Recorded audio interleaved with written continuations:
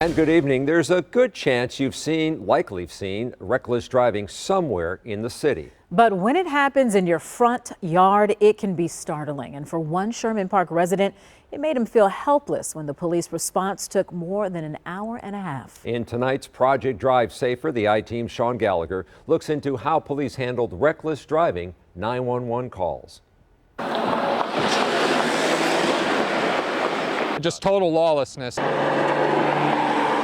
Absolute insanity. Jordan Morales is fed up with reckless driving in his Sherman Park neighborhood, especially after the most recent episode. I witnessed a small white Ford SUV going maybe 80 miles an hour up and down Hadley Street, kind of focusing around 41st Street, swerving like this and doing donuts in the intersection of 41st Street and Hadley and going up on lawns and the sidewalk. So Morales called the police several times. Called 911 4 times.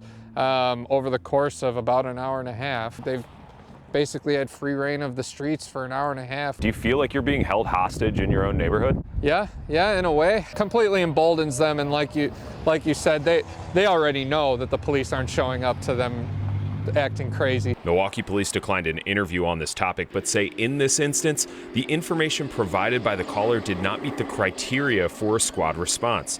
Morales' experience is not isolated. Through April, Milwaukee police responded to 480 calls for reckless drivers, according to their calls for service. In 2/3 of those calls, police could not find who they were looking for.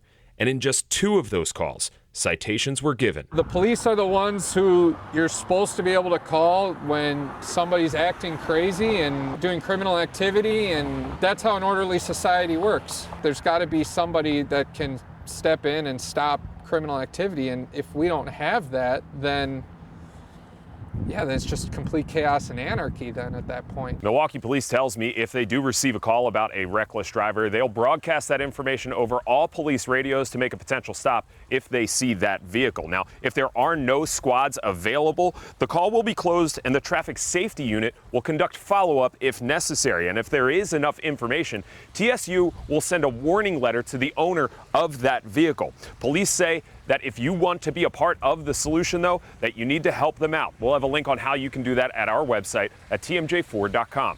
Reporting for the I-Team, I'm Sean Gallagher. Project Drive Safer is TMJ4's year-long effort to get safer drivers on Milwaukee roadways. To see more of our stories or to send us a message, head on over to projectdrivesafer.com.